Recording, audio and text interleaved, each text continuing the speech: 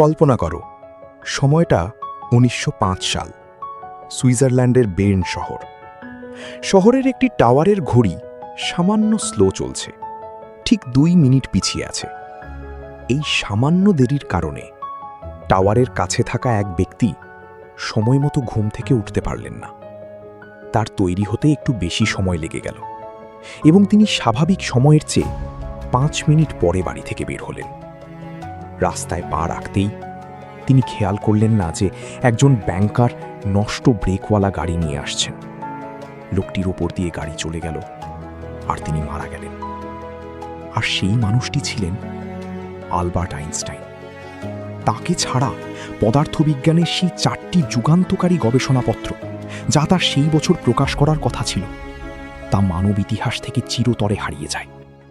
আধুনিক পদার্থবিজ্ঞানের ভিত্তি আর কোনোদিন গড়ে ওঠেনি।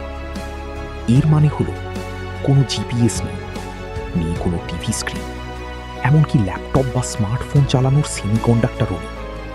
তুমি এখন যে ডিভাইসটি হাতে ধরে আছো সেটির আর অস্তিত্ব থাকতো না। আর এখন যে ভিডিওটি দেখছো সেটিও কোনোদিন তৈরি হতো না।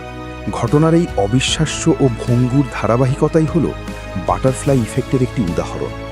এটি দেখায় যে ঘড়ি ২ মিনিট দেরিতে চলার মতো একটি অত্যন্ত ছোট এবং আপাতদৃষ্টিতে অপ্রাসঙ্গিক বিষয় আমাদের প্রত্যাশিত ভবিষ্যৎকে কিভাবে পুরোপুরি বদলে দিতে পারে।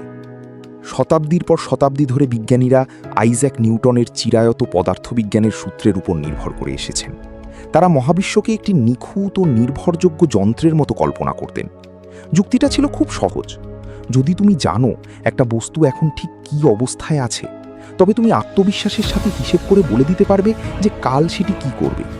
কিন্তু মহাবিশ্ব যদি নিখুঁত আর অনুমানযোগ্য অঙ্কের উপর ভিত্তি করে চলে, তবে ২ মিনিটের সামান্য একটা দেরি কিভাবে পুরো সিস্টেমকে লাইনচ্যুত করে দিতে পারে?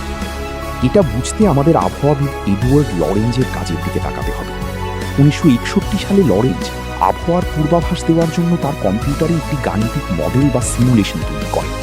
তিনি সেখানে তাপমাত্রা, বাতাসের আর্দ্রতা, সামগ্রিক বায়ুমণ্ডলীয় চাপ এবং বাতাসের দিকের মতো বিভিন্ন ডেটা ইনপুট দেন।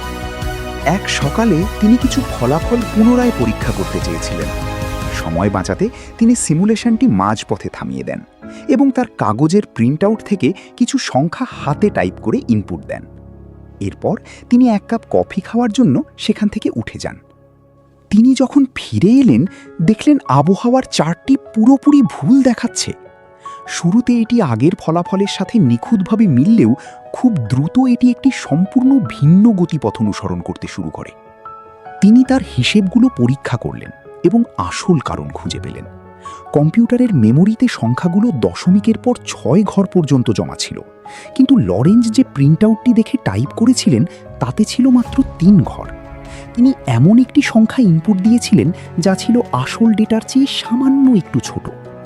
পার্থক্যের এই অতি ক্ষুদ্র অংশটি আইফেল টাওয়ারের ওপর ধুলোর একটি কণা রাখার সমান। লরেঞ্জ বুঝতে পেরেছিলেন যে তাঁর এই পরীক্ষাটি কোনো ভুল ছিল না। এটি প্রমাণ করেছে যে হাতে নিখুঁত অঙ্ক থাকলেও যদি শুরুর তথ্যে সামান্যতম গরমিল থাকে, তবে তুমি কখনোই ভবিষ্যৎ সম্পর্কে সঠিক পূর্বাভাস দিতে পারবে না। লরেঞ্জ বুঝতে পেরেছিলেন যে এই সংবেদনশীলতা বা সেন্সিটিভিটি আমাদের পৃথিবীর একটি মৌলিক বৈশিষ্ট্য, যা কেবল একটি কম্পিউটার প্রোগ্রামের মধ্যেই সীমাবদ্ধ নয়, বরং অগুন্তি সিস্টেমকে নিয়ন্ত্রণ করে।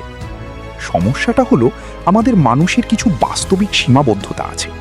আমাদের যন্ত্রপাতি যতই উন্নত হোক না কেন, কোনো নির্দিষ্ট পরিবেশের প্রতিটি পরমাণুর একদম সঠিক অবস্থান আর সঠিক গতি পরিমাপ করা আমাদের পক্ষে শারীরিকভাবে অসম্ভব। আমাদের তথ্যে সবসময়ই খুব সামান্য ভুলের অবকাশ থেকে যায়।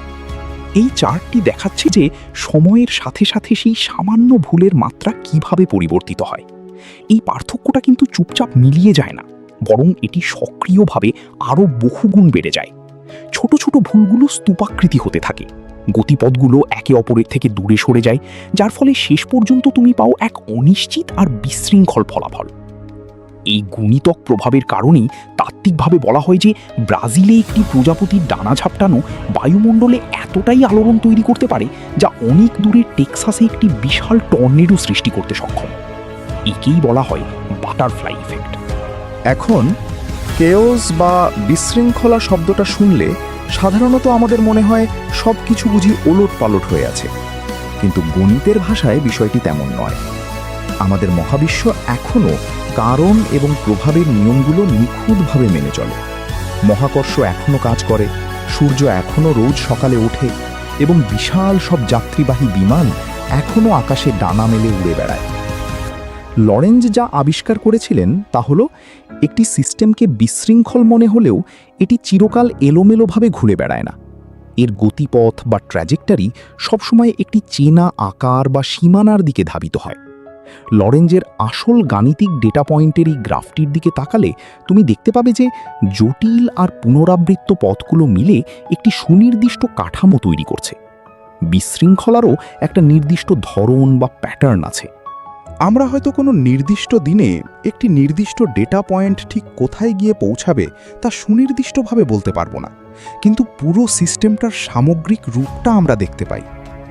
এই প্যাটার্নগুলো বোঝার বর্তমান সময়ে বেশ কিছু বাস্তবধর্মী প্রয়োগ রয়েছে।